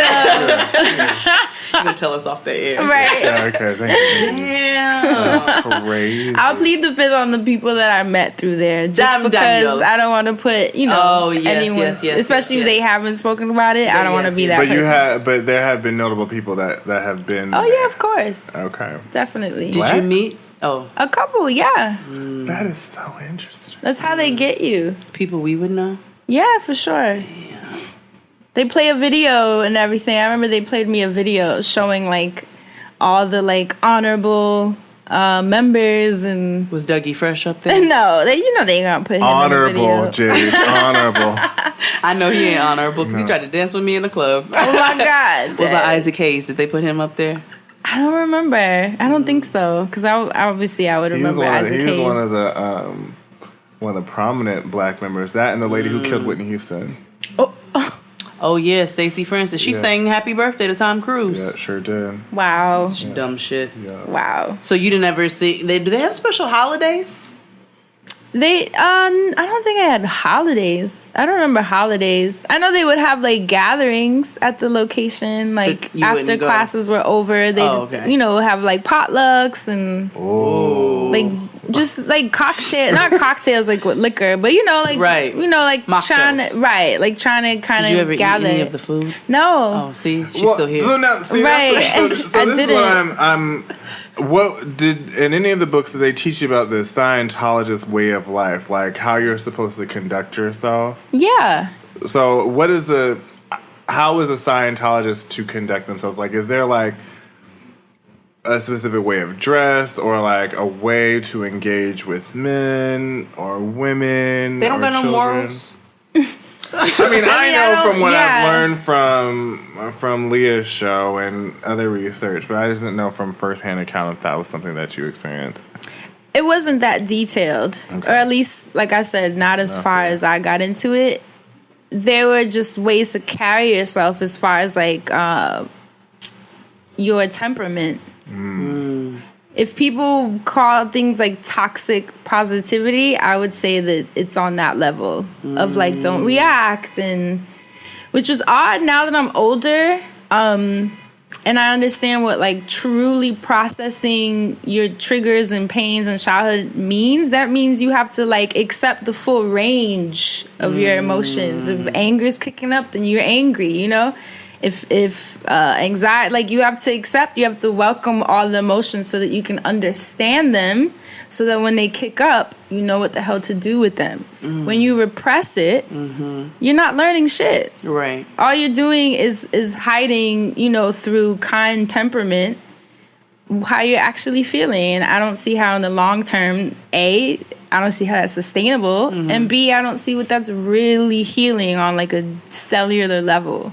Right. And obviously, this is all stuff I'm understanding now because of the work I'm doing now for myself. Sure. But at the time, like I said, if you're a kid from Harlem with an attitude who is jumping down everyone's throat because they like said this thing or that, and then someone's telling you like, well, maybe if you process it kindly. You know how we are. We'd be like, I need to change. Yeah. I need to be better. Like, you always have that in your head. You right. Right. You're right. I got to live my life differently. And so they got me with that. How did you, once you left the church, and then you came to know all the things that you know about the church? Right. How did that make you feel? Terrible. Yeah. I felt very violated. I felt stupid, honestly. It's that feeling of like, damn, my discernment is trash. You know, like... Nah, but it's manipulation, though. It's like being in an emotionally abusive relationship, like, or a physically abusive relationship. Yeah. It's manipulation. That person preys on you. So it's not your fault that somebody is preying on your weaknesses. Well, yeah, I mean, now I'm to be honest, I don't even view it as a mistake. I think being that I have stepped into a field of mental health, it was just part of my earth training. Because my work now is relating to people, and I'm not trying to save anyone because I can't save anyone. But I pride myself on hopefully being the catalyst to people's curiosity. And like my friend Haas says, a healer doesn't heal anyone, they just hold space for you to heal yourself. And that to me is what we do. I can't change no one, I can't save no one, but I can help you remember to like sit down and like, are you doing the work, you know, and kind of give you that nudge. And I think going through something like Scientology just opened me up to the kind of evil that is out there and the kind of ways that people are being manipulated. And the fact that I went through it, if anything, gave me depth. It gave me depth to know how to help someone who might be in that space where they would fall into a cult or, you know, manipulation because they're looking for that. And I can connect with them. You know, I can connect with them like I've been there. Right. And I don't feel embarrassed. I remember the first time I mentioned Scientology, I was actually surprised. There were a lot of people that were like, oh, hell no, I'm not fucking with Fran. Like, she's a Scientologist. And I felt sad that they would, like, treat it that way because I'm like, that's not cool. Like, I'm sharing in hopes that there are people listening that may be thinking about it or maybe are in it and haven't told anyone, because I didn't tell anyone when I was doing it. I knew it was some, like, you know, white people shit. Yeah, it's white people shit. White people. There's certain things when you're in the hood, you don't tell people you're going to yoga or like you're a vegetarian. Like, that's the mentality. Well, now you got girls in the hood going to yoga, white girls. I mean, at that time. Now things are different. You know, now it's like we all have online wellness brands. So, you know, but at the time, you know, it just wasn't a resource. It wasn't. There weren't blogs. There weren't YouTubers. There weren't like yoga studios in Harlem. We didn't have access. On Black Planet. So I told people the other day that my name on Black Planet was Booty Bling Bling. Oh, I heard that on Insecurity. Mine was Lil Weezy, 2G3. Not Lil Weezy. I was a superhero. Booty I had Bling Bling. Long flat iron hair, a halter top, and some sparkly shit behind me. I remember you lick my G-spot. I was just gonna say when you'd leave, talking about our Insecurity, when you'd leave comments like just stopping by with the sparkly. My blingy game was a serious matter. Yeah, but at that time, you know, wellness wasn't popping. It wasn't trending. It wasn't. We didn't have a space for it. Now everybody's open. Not everybody, but for the most part, people are more comfortable sharing about their mental health struggles and challenges. There's threads on Twitter all day long. Oh, girl, get a medium. Okay, pause. I know that we are in the age of sharing and like spelling our truths and stuff. But if your thread is more than 10 tweets, just get a medium. It's Twitter's version of a diary. More importantly, yes, come to Fran's retreat and also sign up for, you know, a therapist through Talkspace and or Open Path Collective. But please, just get a medium, or better yet, get a journal. A diary, girl. Get a diary. Get a journal. Do your work there. Don't do it on Twitter. Don't do it in 140 characters, girl. Like, get a moleskin from Barnes & Noble. Listen, I till. Till. Fran was with me when I bought my journal. Yeah, man. Yeah, I don't have a journal. I have one.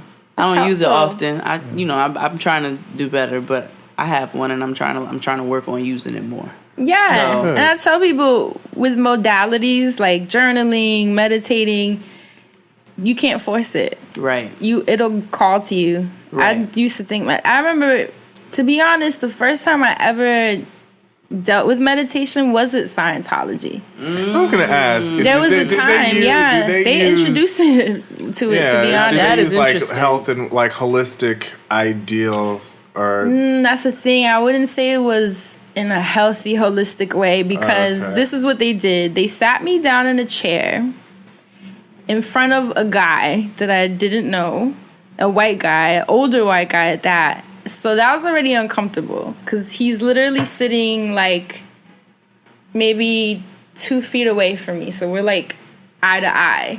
And then you're supposed to sit in silence, forced, because they're like, do it for 3 hours. Ooh. what was it? And at that point, I had never experienced anything. I wasn't someone who was like meditating, you know. I didn't even pray. So that I'm thinking about when I go to yoga, and you know you can't wear nothing to yoga. You can't keep your phone on you, and I'm like, damn, when is this hour over? So 3 hours, nigga. Yeah, and it was, Never. and I remember, I thought it was harmful because they were making me feel bad for not being able to do it. I remember, like, I kept breaking down and, like, getting up, and they were like, no, like, you have to have control. You have to have control. And I remember feeling crazy. Like, I was like, this is fucked. Like, I couldn't do it. You don't tell someone to sit in silence for 3 hours if they've never tried that. Right. People build years of practices to sit for 3 hours. Right. I still don't even do that now. If you tell me to sit for 3 hours, I can't say that I'd be able to do it. We're not monks. Right. And so the fact that they like use that as a tool of like, this is where you fall short as a human. And where you fall short emotionally and mentally because you can't sit for 3 hours. 3 hours That's in front of torture. somebody you don't know. And then the white guy was doing it. He was sitting there like a brick. Aliens. A lizard. Looking straight at me, like through me. And I was like... E.T. Yeah, it was fucked. And to be honest, it kind of gave me PTSD after that because I didn't do meditation for years. Like when people would be like... What's your meditation practice? Right. I'd be like, I don't have one. Because I'm like, fuck that shit. I don't do that. Like, I'm not sitting for 3 hours. I can still hear the clock, the tick of the clock. Like, that I had PTSD. And the pressure, too, of feel. You know, I'm a Taurus. You know how we are. We're like perfectionists. Yeah. We are overachievers. You tell us to do something, we want to do it better than anyone else. Yeah. So that broke me. Like, I was like, fuck, I can't do this. Right. I can't do it. Like, oh no, it's 3 hours. I can sit in silence. It's fine. I think I lasted 30 minutes, which I don't even do now. That's a long time. Did you leave? No, I didn't leave, but I remember just being really like overworked, you know, but this was all towards the end. I feel like this is just when my mind kind of started peeping, like, I don't know. Yeah, this don't, to me, when you step into practices and like your faith, you should feel free. Yeah. And the fact that it was making me feel tight in my chest and like stressed, I'm like, this can't be what faith is. No, you should never feel forced. Never. Right. And I, you know, and I'm thankful that intuitively, I was like, I just don't think that this is what me feeling quote unquote better and changing my life feels like. If I'm feeling worse, then there's some bullshit happening. There's something wrong. Like I could do this on my own at my house and beat my own self up for where I fall short. I came over here so I didn't have to feel like this anymore. Like we do that on a daily basis. I don't need to come and sit here holding cans for you to like remind me, you know. And that's when it started crumbling for me. So when you decided to leave the church, were you still in that relationship? Yes. So how did that take a toll on, because, you know, from what I gather, like Scientology is big on, you know, if you brought somebody in and, you know, if that person, you keep them in, and if this person is your significant other and you're just like, oh, I don't really want to fuck with this, even though that's your thing. How did that impact you? It luckily he was still like a hood dude in ways, so he was strong-willed enough. I'll give it to him. He used Scientology for what he wanted it to be. And he never really fucked with them too hard. He never, like, went to their events or, like, did auditing. He kind of was like me, like, yo, these books are dope. And he went when he felt like it. And because at that time he had a certain position in society, they were cool with it. Of course. Right. Like, with him, they kind of were very, like, lax about how he wanted to come in. With me, obviously, they're like, no, bitch, you gotta be here every day, you poor ass. Pull your pants together and buy this workbook. You fucking gutter snipe. But, you know, but it did become a tension between us because he sort of was like, yo, what the fuck? Like, why can't you follow through? And then it became a thing where he would throw it at me anytime we got into a fight that had to bring up my sense of self or awareness, he loved mentioning that I didn't follow through. And I hated that. Once he got out of it, did he apologize? No. Did he acknowledge that? We've never spoken about it since. But you know he's not involved anymore. Yeah, no. He's not. Wow. But we never sat and had a convo where he was like, yo, my bad. Like, forgetting you and your moms and this bullshit. It just was a thing where I guess he views it like, well, I mean, your life is straight. You ain't fucked up and nothing to talk about. So he didn't know about the people coming to the house and all of that? I'm sure they try to do it to him now, so I mean... I'm sure. No, they won't. Not to him. You don't think so? Nah. No. They go after... I don't know. He's a black dude from Brooklyn. They ain't. That's true. Yeah. They probably are finally like. Yeah, no, they ain't gonna do all that now. We give up on this one. They know who. What a Cardi's line. You gonna do what to who? Let's find out and see. You know, they know. They didn't do all that. Maybe Brandy acts that way because like Scientologists are on her back. Maybe. You never she know. might, because she's gone rogue. Yes. Yeah. That's exactly it. Oh, She's shit. gone rogue. She's gone rogue.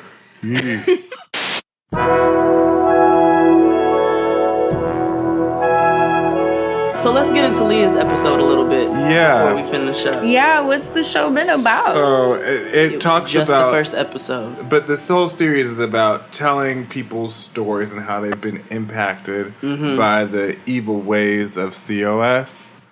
I'm trying to make COS a thing.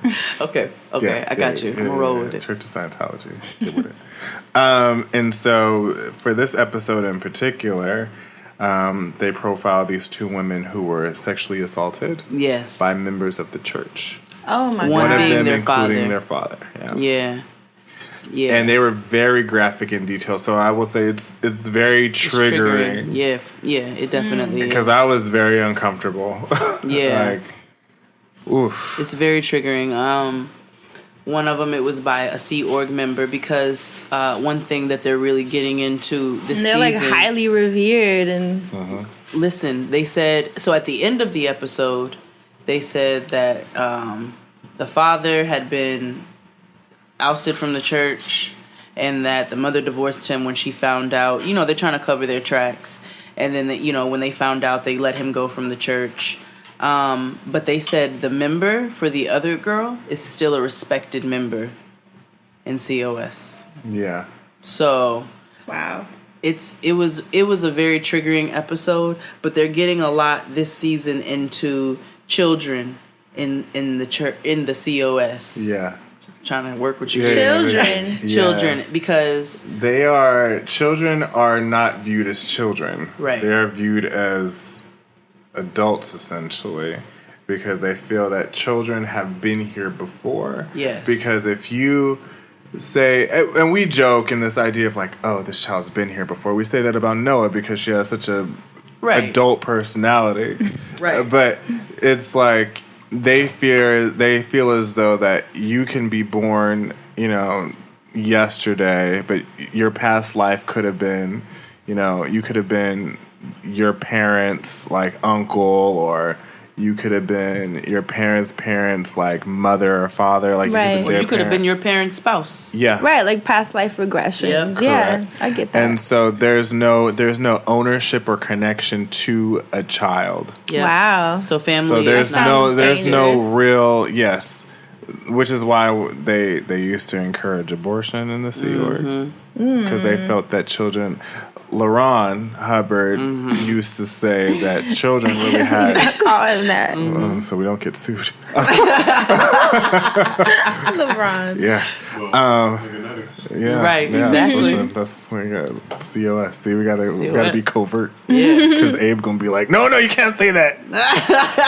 he always gets us together. Yeah, 'cause we went into a whole diatribe about Trump once, and he was like, hey guys, you can't say that. So listen, I edited this episode with my discretion. Yeah. Can't say that. Okay. Yeah. But they in this particular episode, they talk about how these women that were raped and molested, they were child laborers. Like they drywalled and like sledgehammered walls and shit. The bricks that are on L. Ron Hubbard Way in L.A., those children laid those them bricks. Yes. at the age of 12. The bricks we drove down where we saw that weird looking lion thing. Oh, they have this statue outside of their building. So when I went to L.A. You did not. Oh, you They know, did. I did. Yeah, I was like, I did not. I had to see it in person. I wanted to see what it looked like. I love all I've that ever you're so seen was fascinated with this. It's his fault. It's his Did fault. y'all like watching The Path? I did. Yeah. My friend was in it. Really? One of my good friends was in it. The one who I said is at Burning Man. She was in The Path. She was in The Path. So she played Rockman Dunbar's wife. Oh, okay, cool. And did you watch it? I did watch it. Yeah. So And I completely undered. Yeah. It's Because that kindness. I'm telling you. You it's see that how they were life. all like It's a peaceful step into life. the light Yep. and you climb the ladder. Does that sound familiar? But we drove past I drove past the Celebrity Center. And there is this like weird burning candle in one of the windows when you drive around the back, and you just see it just like burning in the window. I was like, this is some creepy shit. I know Tom Cruise lives in there. And then I drove down L. Ron Hubbard Way past the church, and they were like zombies coming out the church. Were they not? They were like zombies. And so we stopped, and I stopped to take a picture, and they all like turned to the car, and I was like, yo, this is a horror movie.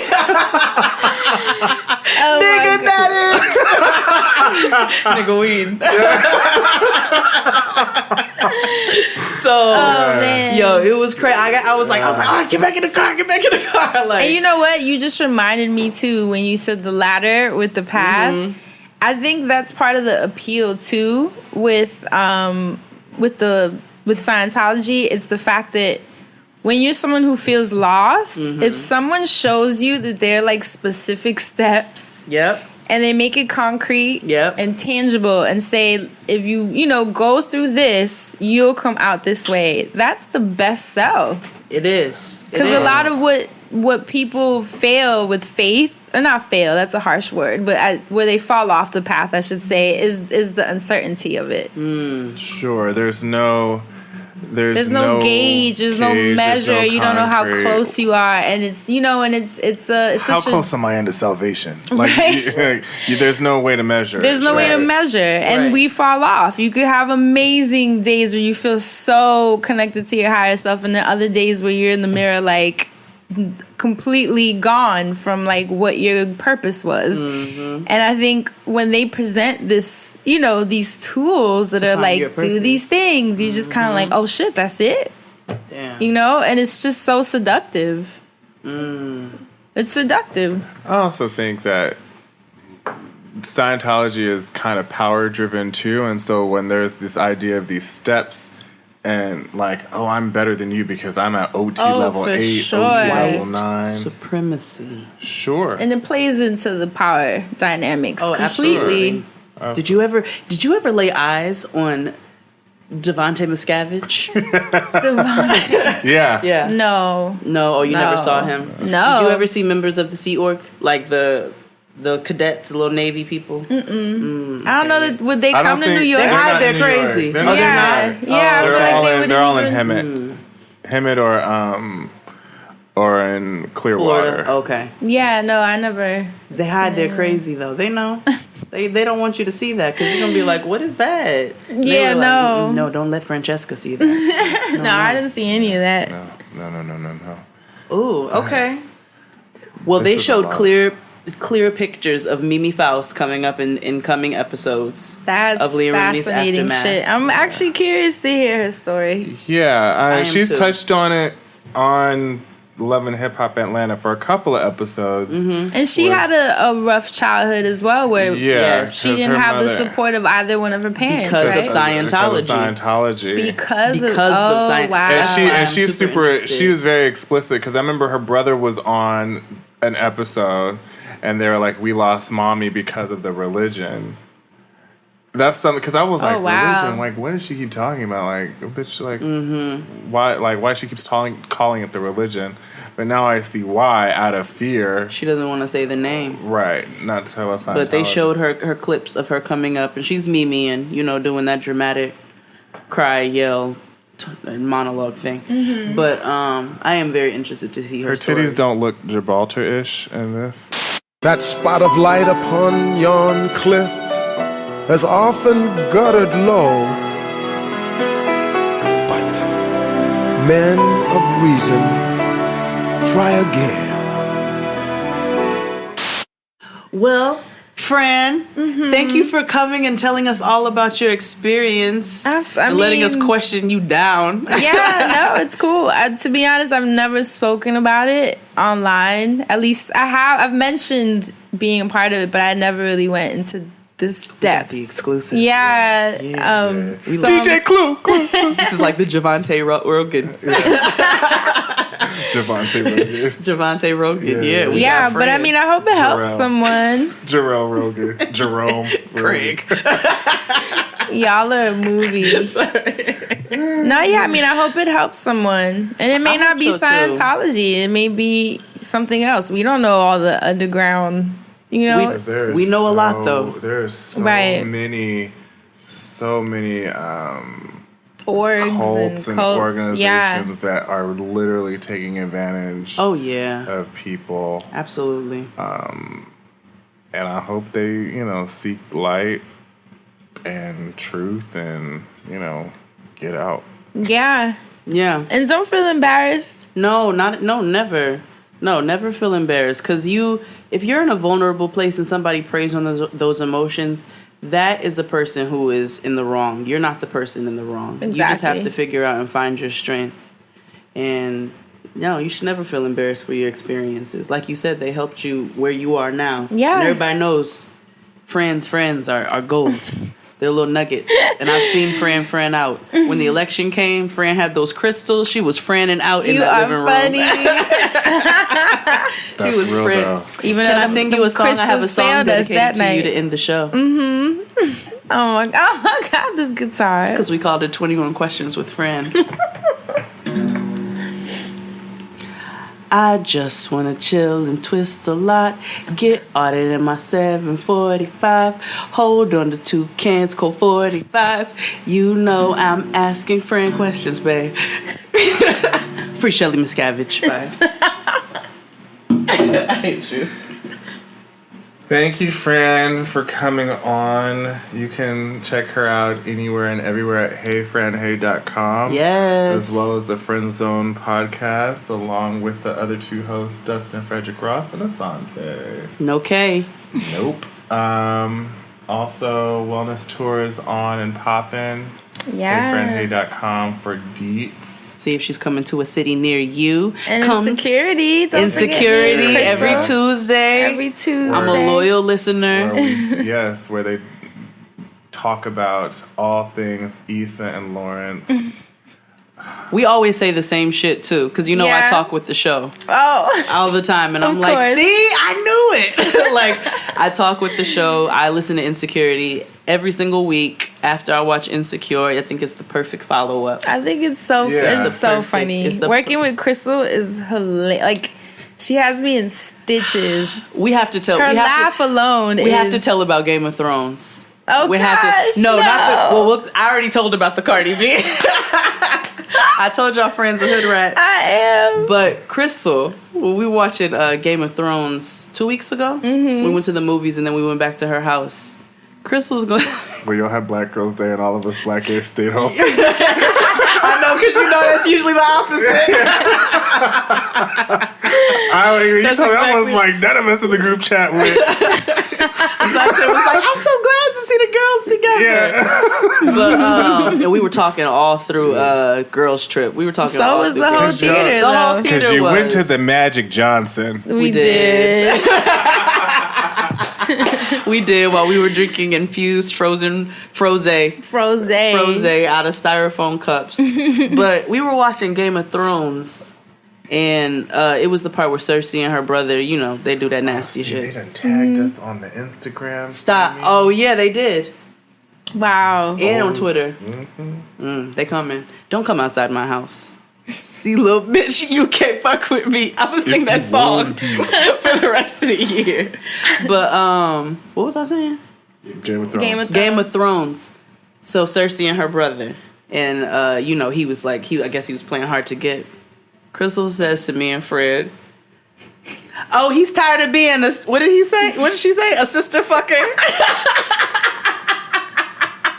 No, he said, "Oh, he's tired of that sister puss."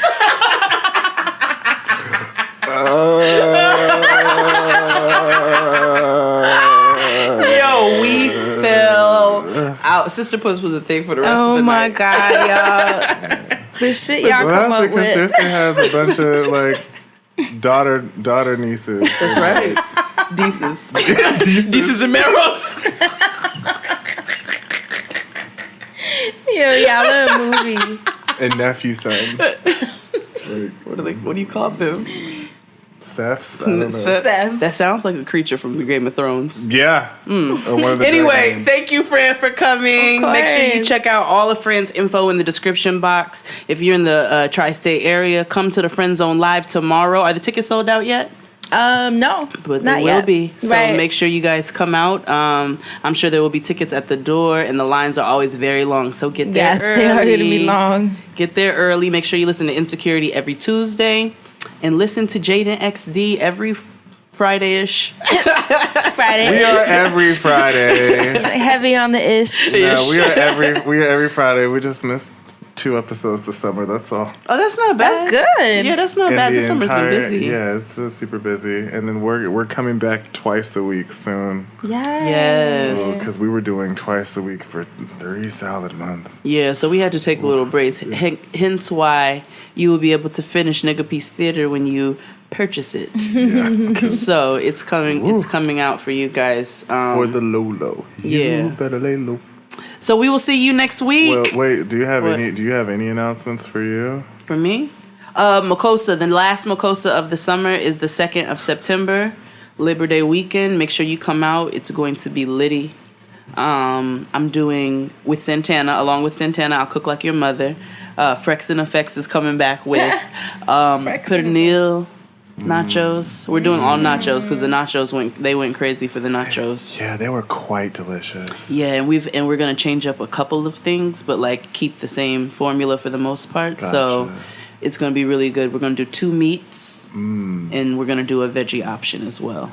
So yes, and they can be vegan if you don't want cheese on them. So it's gonna be fun. Make sure you come out for Makosa. Friend, do you have any announcements? No, you guys announced them all. What about you?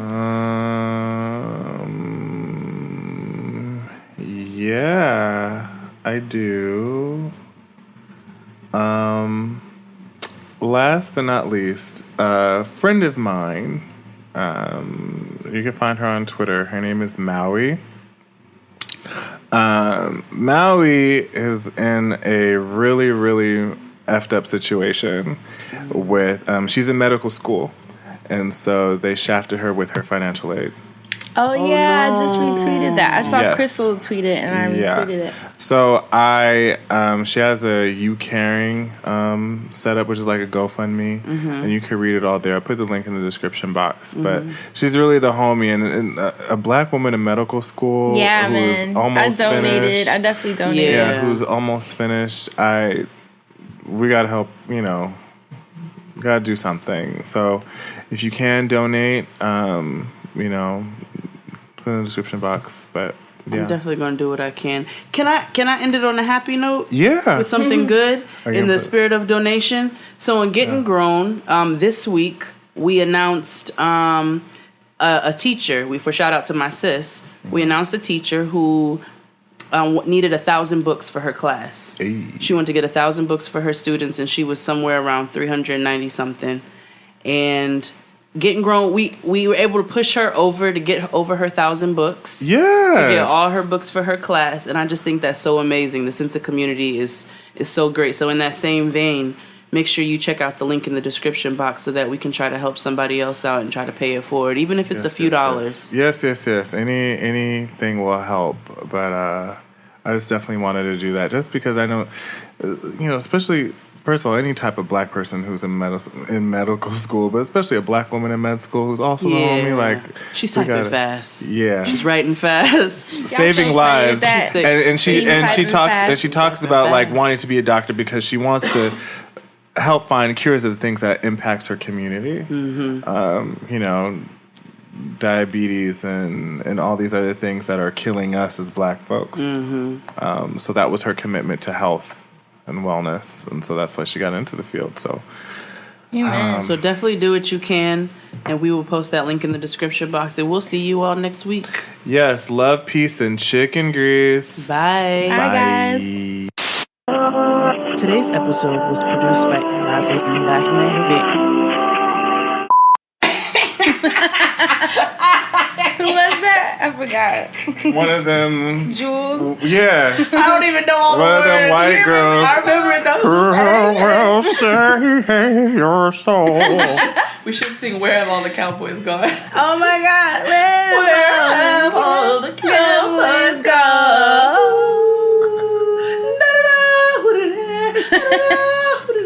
You don't remember that? Yeah. You remember the words? Yeah. I don't know. I don't remember the words. That was a rough time in white music. It was very Sarah McLachlan time. Yeah. It was very arms up. In the arms of the angels. I have the most fucked up story. What? Oh, for the about that song. what? So This is about to be some bullshit. it is. So we had Kyle on as a guest one day, right? So he and I were walking down 14th Street, just talking, yada yada yada, and all of a sudden he stops and he starts singing "In the Arms of It," and I was like, "Why are you singing that song?" Then he turns around and it's a group of homeless people. Oh. So like today, I think his name was David. When you said David Blaine, and I just thought about No, not Blaine. thought about the Big Boy album. Did I ever tell you? no. Sir Lucius Leftfoot, son of Chico Dusty. Yeah. He says, one of the interludes. You ever heard about the David Blaine? David Blaine's when you fucking a girl, fucking somebody from the back. It's like you run around the house and your friend gets inside of her and you knock on the window. It's like, What? Oh my God. and he said that's what you call the David Blaine. I was like, big boy. That is rapey as fuck. This is an interlude? Oh my God. That would not have survived right now. Never. No, it came out in 2009. I mean, We weren't Twitter both was there. still reckless Damn, in why do I feel like 2009. 2009 was yesterday? No, it was not. No, it wasn't. That was the Do you know what I would say? I used to say the worst thing since 2009. terrible. Yeah, terrible, awful thing. Terrible. I used to. Terrible. Ooh, I'm not gonna remind you I'm what so I glad used I to have say. evolved. Me too. I've evolved, Crystal. No, they're everywhere. That is There's a so WeWork funny. space by the studio. We went to a party. There's one near my house now. They're all over the place. There's one by mine. There's one in Bed. There's not Bed-Stuy. It's Bushwick, Williamsburg. But you know, they're gonna start calling it Bedstick. Well, because they want to call it Bed-Stuy South Williamsburg, which is stupid and beyond me. They call Bushwick South Williamsburg. Do they? East Williamsburg? I'm surprised they don't call it East like Williamsburg. Buey or something. Something stupid. Don't give them ideas. Please. You know they all Sobro. Soha. And Dobro. Stuyvesant Heights. Yeah. And Hamilton Heights. Yeah. Oh my God, y'all. What's happening? Let me tell you something. On our flight back from LA, it was the season premiere of Love and Hip Hop Atlanta. And I'm sitting between these two. And this nigga right here, the one who caused all of this, who drew me into this. I didn't do anything. Nas. Okay. Whatever.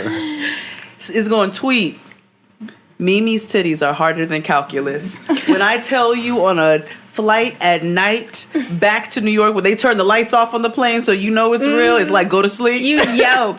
I tried not to. I'm covering my mouth like you do on the train. I'm like, no. Because we're all watching it together with our headphones in on our little screens. Oh, really? Love it was like a silent party. It was a silent party. They have Love and Hip Hop on the plane? Oh, they have channels. Oh, because the real TV. DirecTV. Yeah, right. So we were able to watch the premiere on the plane. Yeah, right, you're right. JetBlue. Love JetBlue, if you're listening. We love JetBlue. Sponsor us. Yeah. But we were watching it. He said Mimi's titties are harder than calculus, and I just had to meep. I just couldn't do anything but cover my mouth and try not to holler on that. There's plane. just no reason why they're so hard. Like, why? They are. They're rocky. Yeah. Rocky Mountains. Yeah. Rocky Mountains. Okay, so work's done and you're craving something spicy and salty. I know. What I do is snack on Blue Diamond wasabi and soy sauce flavored almonds. They're so good, and almonds are a superfood. Don't deny your cravings. Eat them. Blue Diamond almonds. Crave victoriously. Okay, so work's done and you're craving something spicy and salty. I know. What I do is snack on Blue Diamond wasabi and soy sauce flavored almonds. They're so good, and almonds are a superfood. Don't deny your cravings. Eat them. Blue Diamond almonds. Crave victoriously.